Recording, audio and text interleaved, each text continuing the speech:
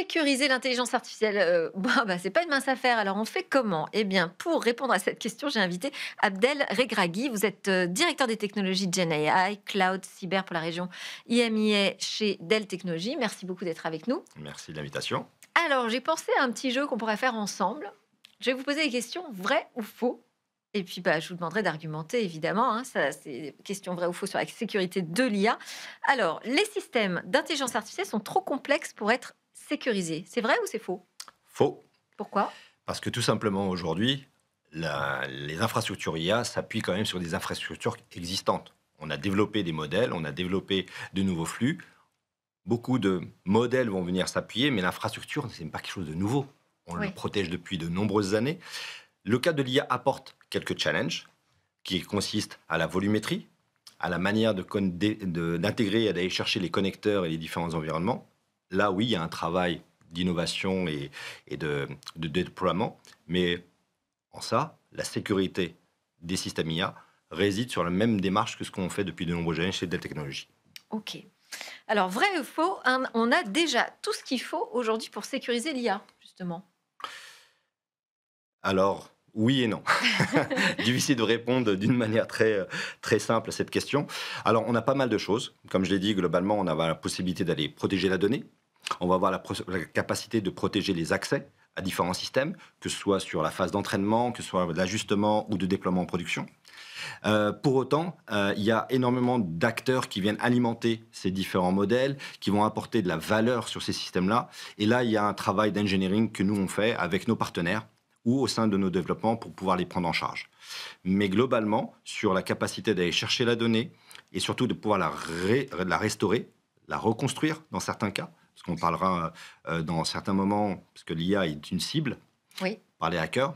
Il y a une cible parce qu'ils utilisent aussi l'IA pour attaquer l'IA. Donc l'exfiltration, la manipulation, l'empoisonnement des données. C'est comment sécuriser ces flux-là pour qu'on ait des résultats qui soient toujours cohérents et qui soient conformes à ce qu'on attend. Et c'est là qu'il y a un travail de fond sur, oui, c'est pour sur ça le que développement. c'est vrai Voilà. et faux. Voilà. J'entends, je prends tout à fait votre réponse. Vrai ou faux, sécuriser l'IA se limite à la protection des données? Vous avez quand même un petit peu répondu là. J'ai déjà répondu non. Non. Elle ne Non, parce qu'on pourrait y penser spontanément, en fait. Spontanément, oui, parce qu'on dit, voilà, je vais consommer de la donnée Ouais, et je vais générer de la nouvelle donnée. exactement. Donc globalement, je vais me focaliser sur la donnée. Je regarde les données entrantes, les données sortantes et je suis bien. Ça paraît si simple, Mm. mais la réalité, c'est bien au-delà de ça, parce que aujourd'hui, la donnée, elle va passer sur pas mal de flux. Il y a pas mal de systèmes qui vont venir alimenter, enrichir les filtres, par exemple, qu'on va avoir en entrée et en sortie. Il va y avoir plusieurs IA qui s'enchaînent, parce que c'est vrai. pas une seule IA. On ne parle pas de monolithique, mais de plusieurs systèmes qui vont apporter, elles, et enrichir la donnée pour obtenir un résultat final.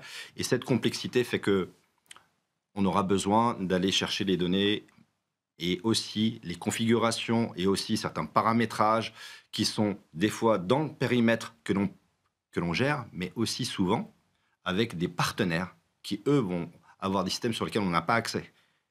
Et donc la configuration, la sécurisation de ces systèmes-là requiert une stratégie autre que celle qu'on a dans un modèle Sur tous défini les flux. périmètral et sur tous les flux. Exactement. Allez, un petit dernier. Vrai ou faux, l'IA agentique ne rendra jamais la supervision humaine inutile? Jamais. Hein. Ah non, je confirme je la confirme. Elle ne rendra jamais inutile Bon, l'humain parce qu'aujourd'hui il y a donc une. vrai, vous êtes Oui, d'accord. Ok. tout à fait. Donc sur ce point-là, il y a Vous êtes besoin. sûr? Parce que pourtant, quand on dit agentique, on parle automatisation et donc, il n'y a plus d'humain.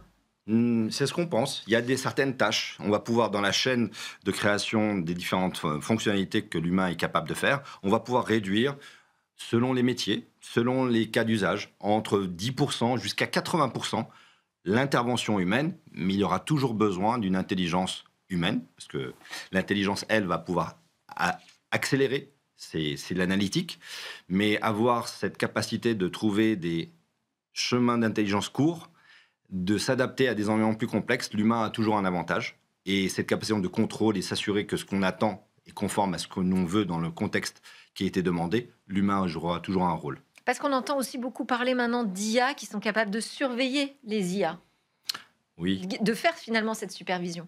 Alors, Supervision, encore une fois, je la trouve, elle va être utile sur la partie analytique, informatique, technique. Ces éléments de s'assurer qu'il n'y a pas des biais qui sont trop importants que corriger le paramètre, parce qu'aujourd'hui, on utilise des data scientists qui vont définir le modèle et qui vont avoir à faire du fine-tuning en permanence. Ce travail-là, de définition, je pense que l'humain sera toujours le précurseur. Mais après tout le travail de maintenance, de monitoring, d'ajustement, oui, là, on pourra réduire de manière assez forte, tout en ayant toujours un petit contrôle pour s'assurer qu'il n'y a pas un biais dans le biais de la correction. Donc ça, Ouais. c'est quelque chose sur lequel on aura toujours besoin d'avoir une vue humaine, à mon sens. Donc, bon, là, je n'avais pas prévu un vrai ou faux, c'était ma dernière question, mais j'en rajoute une petite. Donc, ça Dites-moi. veut dire que l'intelligence artificielle ne remet pas en question les stratégies de cyber-résilience. Elles sont toujours possibles, si j'ai bien compris. On peut être cyber-résilient en utilisant de l'IA, mais ça demande quand même des transformations. Ça demande des transformations. Il faut prendre en considération que la cyber-résilience reste un domaine un peu plus large, qui est aujourd'hui, pour moi, un risque important économiquement dans toutes les organisations avec lesquelles je travaille. C'est un élément qui devient critique et l'IA en fait partie, mais n'est pas le cœur qui va résoudre le problème.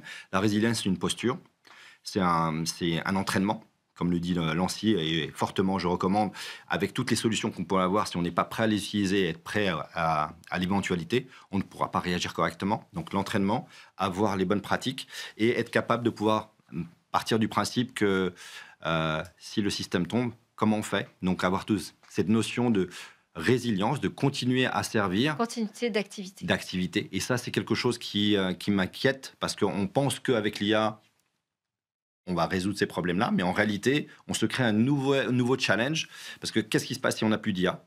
Oui. Comment on va pouvoir réagir? Quelles sont nos capacités? Donc, ce qu'on fait chez Dell Technologies, on va apporter quelques solutions qui vont garantir, et là, je suis assez content, on intègre des Très solutions rapidement, ouais. très rapidement, et des technologies françaises, Fleuron, Seclab, qui va nous permettre de faire de l'isolement, de rupture protocolaire, technologie qui vient du nucléaire, pour isoler les données et les systèmes, de manière à être encore plus résilient sur ces systèmes-là. Bon, donc on a des stratégies de résilience à mettre en œuvre. Ce sera l'objet d'un autre sujet, peut-être Avec qu'on grand traitera plaisir. ensemble. Merci beaucoup, Abdel Regragui. Pardon, je rappelle, vous êtes directeur des technologies Gen AI, Cloud et Cyber chez Dell Technologies. Allez, on enchaîne. On va parler du sommet sur la souveraineté numérique européenne avec un décryptage.